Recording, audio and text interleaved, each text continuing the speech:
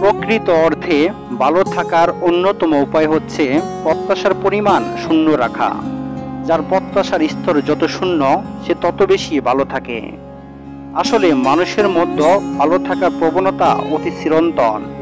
মানুষ ভালো থাকতে চায় বলেই মন্দের এত বিলাসিতা।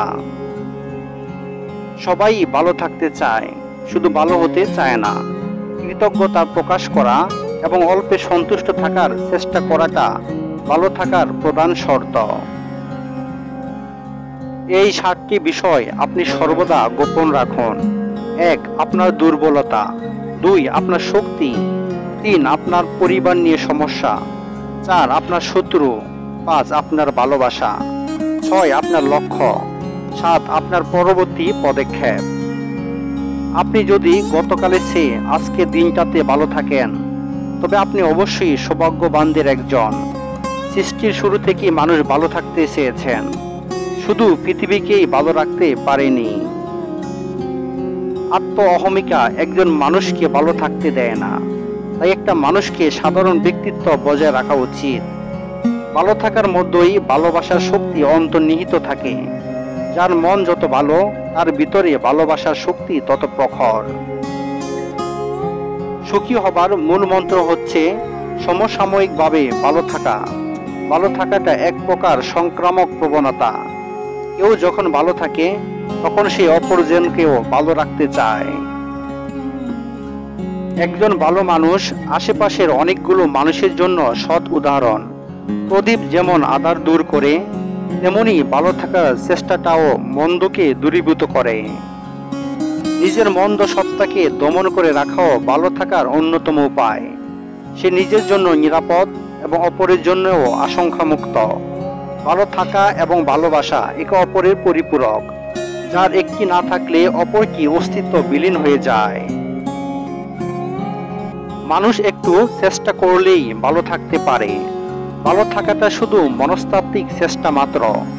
কঠোরতা কখনোই কাউকে ভালো থাকতে দেয় না, বরং তা মানসিক যন্ত্রণা সৃষ্টি করে। তাই ভালো থাকার জন্য নমনীয়তা আবশ্যক। ভালো স্বপ্ন ভালো পথ দেখায়। তাই ভালো সময় তৈরির জন্য ভালো থাকাটাই প্রয়োজনীয়।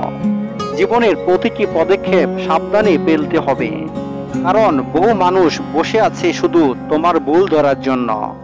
সময় কখনো প্রতারণা করে না। সময়ের বিপরীতে দাঁড়িয়ে থাকতে পারাটাই সবথেকে বড় চ্যালেঞ্জ। কেউ যদি তোমার মূল্য না দেয়, তা নিয়ে দুঃখ করো না, কারণ বাস্তব এটাই যে মণিমুক্তা হীরা সকলে চেনে না। সুখী হওয়ার অদ্ভুত এক প্রকার ক্ষমতা আছে মানুষের। পৃথিবীতে সব থেকে সুখী হচ্ছে সে যে কিছুই জানে না। জগতের জটিলতা এবং কঠিন বাস্তবতা সম্পর্কে বেশি জেনে ফেললেই জীবন দুর্বিষহ হয়ে ওঠে। অভাব যখন দরজায় এসে দাঁড়ায়, ভালোবাসা তখন জানালা দিয়ে পালায়। এটাই জীবনের সব থেকে কঠিন বাস্তব। যারা নতুন কিছু অনুসন্ধান করে না, একদিন তাদেরকেও কেউ খোঁজে নেবে না। বাস্তব এটাই যে জীবনের রাস্তা কখনো শেষ হয় না। একটা বন্ধ হয়ে গেলে আরেকটি দ্বার উন্মোচন হবে। মানুষ কিসের জন্য এত অহংকার করে? যার সৃষ্টি এক ফোঁটা রক্তে এবং শেষ হয় মৃত্তিকায়। সংসারে কারো উপর ভরসা করো না। প্রত্যেক মানুষেরই নিজের হাত এবং পায়ের উপর ভরসা করতে শেখা উচিত। স্বপ্ন এবং বাস্তবতা হলো দিন আর রাত্রির মতো। স্বপ্নের যেখানে শেষ, বাস্তবতা সেখান থেকে আরম্ভ হয়। স্বপ্ন যতটাই রঙিন, বাস্তব ততটাই সাদা কালো। খালি পকেট এবং বেকারত্ব যা শিক্ষা দেয়, কোনো বই সে শিক্ষা প্রদান করতে পারে না। এটাই বাস্তব। যখন তুমি কারো প্রতি অত্যাধিক মায়া বাড়াবে, তখনই তুমি তার কাছে অবহেলার পাত্র হয়ে যাবে। কঠিন হলেও এটাই বাস্তব। সময়, বন্ধু আর সম্পর্ক, এই 3টে অমূল্য সম্পদ আমরা বিনামূল্যে পাই, কিন্তু তাদের আসল মূল্য আমরা বুঝতে পারি যখন তারা আমাদের জীবন থেকে হারিয়ে যায়। জীবনের প্রতিটি পদক্ষেপ সাবধানে ফেলতে হবে, কারণ বহু মানুষ বসে আছে শুধু তোমার ভুল ধরার জন্য।